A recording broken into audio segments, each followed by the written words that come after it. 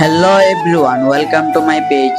বন্ধুরা, আজ আমি আপনাদের সাথে দারুণ একটি খুশির খবর শেয়ার করব। কি সেই খুশির খবর তা জানতে আমাদের সাথে থাকুন।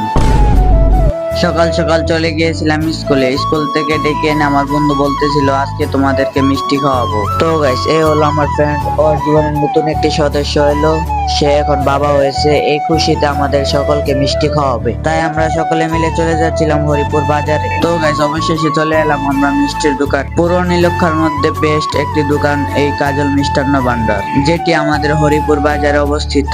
এখানে আপনারা মিষ্টি ছাড়াও আরো অনেক কিছু পাবেন। তারপর আমরা বন্ধুরা সকলে মিলে এখানে দেখতেছিলাম কোন মিষ্টিটা বেস্ট হবে। তারপর এখানে যিনি দায়িত্বে ছিলেন তার সাথে মিষ্টি দামাদামি করার পর উনি আমাদের জন্য মিষ্টি প্যাকেট করে নিতেছিলেন। আপনারা যদি অল্প দামে ভালো মানের মিষ্টি খেতে চান তাহলে আপনারা চলে আসতে পারেন কাজল মিষ্টান্ন ভান্ডারে। তো এখন মিষ্টি কার্টনে নেওয়া শেষ। এখন উনি স্কেল দিয়ে মেপে নিতেছিলেন। তো অবশেষে মিষ্টি মাপা শেষ। এখন লাভার দিয়ে মিষ্টি কার্টনটি পেঁচিয়ে নিতেছিলেন।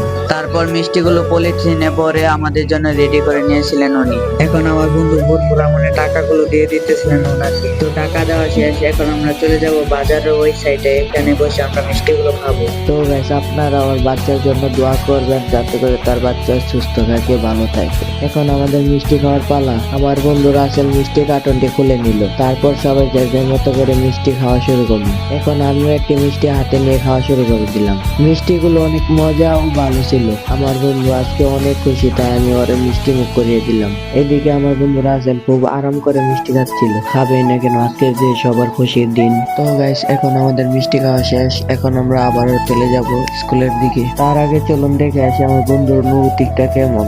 এই হলো আমার বন্ধু, ওর ছেলে সন্তান হয়েছে তাই আমাদেরকে মিষ্টি খাওয়াইছে। এখন দেখবো আমরা কে কয়টা মিষ্টি খেয়েছে। বন্ধু, তুমি কয়টা খেয়েছো? আমি বন্ধু 3টা খাইছি, বেশি না। তুমি 3টা, বেশি না, 4টা। তোমার তোমার অনুভূতিটা কি? তুমি কয়টা খাইছো? তুমি কয়টা? নিজেরটা কও। তুমি কয়টা খাইছো? 5টা। তো গাইস, আজকের মতো এখানে ভিডিওটি শেষ করলাম। যাদের কাছে ভালো লেগেছে সবাই লাইক কমেন্ট শেয়ার করে দিবেন এবং সকলে ভালো থাকবেন, সুস্থ থাকবেন। খুদা হাফেজ।